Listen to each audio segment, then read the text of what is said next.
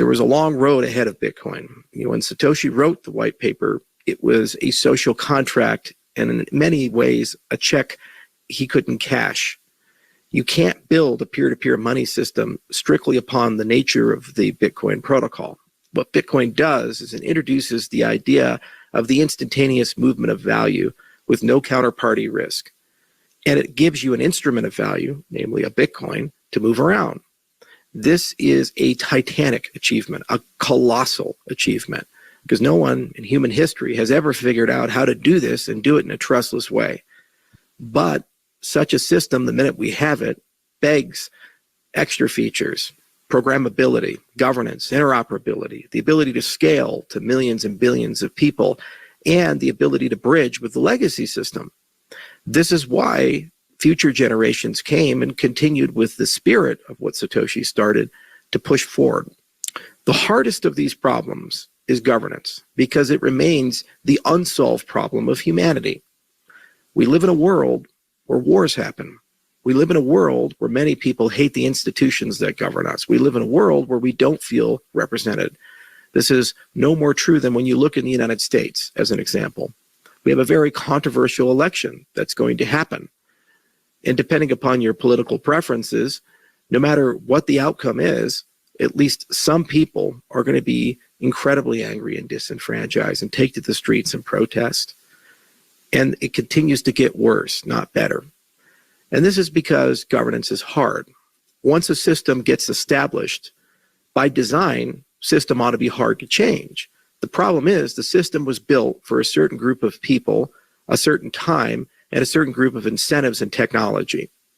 The US government was based upon a constitution written in the 18th century, when torture was normal, kings were the standard, and the world operated at the speed of ships and horses. And look at us now in the 21st century. It is an absolutely remarkable thing that our founding document, the Constitution, has been so durable in the face of so much social change, from the rise of totalitarianism to the rise of communism to the rise of the internet. Yet, even that hallowed document shows cracks in its foundation, which is why there's so much strife, and also could not anticipate the rise of a monoparty, a détente of Republicans and Democrats who have been able to basically take over the state and turn it against the many for the benefit of the few. And this has happened across so many governments. In some cases, they just give up the charade and descend to one-party rule, as we've seen in Russia and China. In other cases, they just abstract away democracy to the point where you never really actually get to vote for the people who make decisions about your lives. This is why, in a nutshell, the cryptocurrency industry exists and reached a multi-trillion-dollar valuation. If there isn't a problem, you're not going to grow from a bunch of us nerds on Bitcoin Talk arguing about sound money to a global movement with hundreds of millions of people. It only grows because there's a problem, and this is the antidote to it. But how and why? Why does the cryptocurrency industry evolve and change in this way? Well, succinctly, it is the machine of trust. Blockchain technologies, the entire point of them is to create social, economic, and political systems where people don't have to trust each other, but can act as if they do. And let us not undervalue that. It is perhaps the single biggest advancement in governance in human history to have that capability. Because at the end of the day, our incentives are all different. Our stories are all different. Our cultures are different. Our languages are different. Our backgrounds are different. And regardless of how much we try to align each other, there will come a time when our incentives are different from each other, and thus we behave in opposite ways and sometimes counterproductive ways. This is no more true than when you see the core entities of Cardano. Sometimes we coordinate, Emergo, the CF, and input-output, and other times we don't.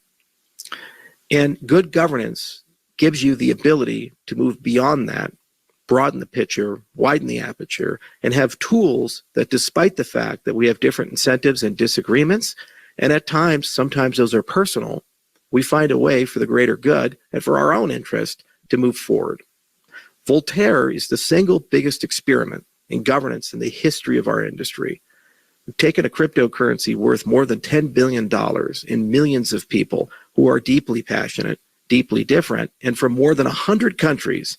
And we've turned over to all of them, not just some voting mechanism, but a constitution, a representative democracy, and liquid democracy, in addition to the most sophisticated capabilities for new voting systems, new incentive systems. This, in a sense, is a self-evolving governance machine. Voltaire, the point of it is to start with minimum viable governance and on a year-by-year basis, every year, improve things at the speed of the internet, at the speed of entrepreneurship, instead of at the speed of wars and social change, which is often decades to centuries. Usually you have to wait for the old empires to die or weaken before you get a new one. And Rome lasted 1,000 years. Instead, we're now at the speed at which the iPhone evolves. It's never been that case in human history, which means what we have embarked upon here today, and for this industry, and for the world as a whole, is a governance experiment that, if successful, will be as meaningful, in my view, as the American Revolution was to the world in the 18th century. It seems preposterous, but what we are doing is taking back our money, our voice, our identity, our data, and we are building the tools of democracy. We are building the tools of accountability in real time, in public. No kings, no leaders, no beneficent dictators, all as equals. It's a very challenging thing, and it's a scary thing, because when you lose a father, when you lose a leader, when you lose a king or a pope, someone in a position of authority whom you look up to or despise, you lose a degree of comfort, because you go from reacting to and having an opinion about decisions being made on your behalf to having to make the decisions. And suddenly you have to take the time to get informed,